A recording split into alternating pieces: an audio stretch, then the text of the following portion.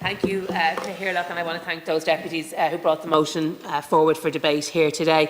Businesses, Minister, are struggling with the cost of doing business crisis, and workers are struggling with a cost of living crisis, and both need to be supported. Unfortunately, instead of helping both, the Government has sought to put business against business and business against workers. It's been clear for some time that supports for business must be forthcoming, and for nearly a year now, Sinn Féin have called on Government to engage with industry to design a bespoke but time-limited support for those sectors most impacted by public policy interventions. However, businesses have been let down time and time again. Supports are untargeted and ineffectual, evidenced by the litany of failed business support schemes launched under this Government. Analysis from Deloitte Ireland revealed that corporate insolvencies reached the highest level in 5 years, after a 25% rise in 2023. Of the 663 insolvencies last year, hospitality and construction saw a 62% increase, showing that inflation is having a particularly potent impact on these sectors. This trend has continued, and insolvencies for food and hospitality sector have more than doubled in the first 3 months of this year. Sinn Féin are particularly aware of the cost of business storm that has been brewing for SMEs. In addition, we are also cognisant that phased payment arrangement on warehouse tax liabilities have created an additional dynamic for businesses to navigate.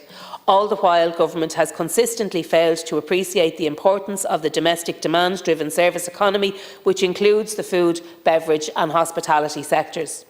This sector of the economy encompasses small businesses that cater to the needs of our communities, employing a significant proportion of the workforce in its process.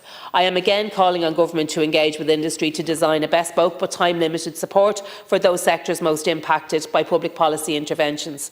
And it would be remiss of me not to call for a quid pro quo for workers. For years now, there has not been a joint Labour committee for the hospitality sector. There is a clear urgency to rectify the legislation governing the JLC system, which has enabled employers to veto the functioning of these committees, thereby preventing engagement, negotiation and any progress. Past experience of the JLC system proves that it worked for employers, employees, reputation and outcomes for the sector. We must also point to the need for the tourism and hospitality sectors to adhere to the employment laws of the state. These sectors are the worst abusers of workers' rights in the economy.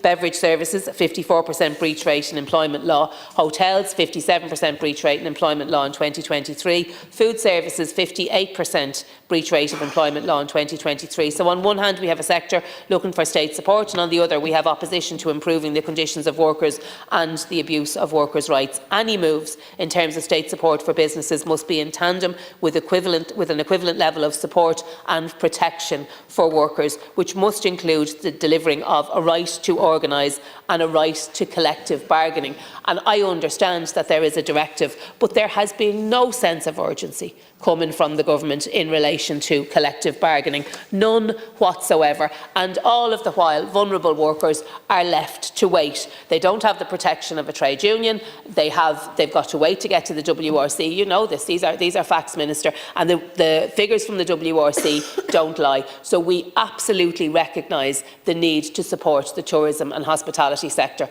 We absolutely recognise the value of tourism and hospitality in every town, village and city right across this state. But we also have to recognise that there is a need for workers to be facilitated with the right to collectively bargain. This has to be done. I don't sense any urgency coming from the Government, and I would like to see that. In the few moments remaining to me, I want to reference the issue which is in the motion in relation to Dublin Airport. 38% of those tourists who land in Dublin travel to the west.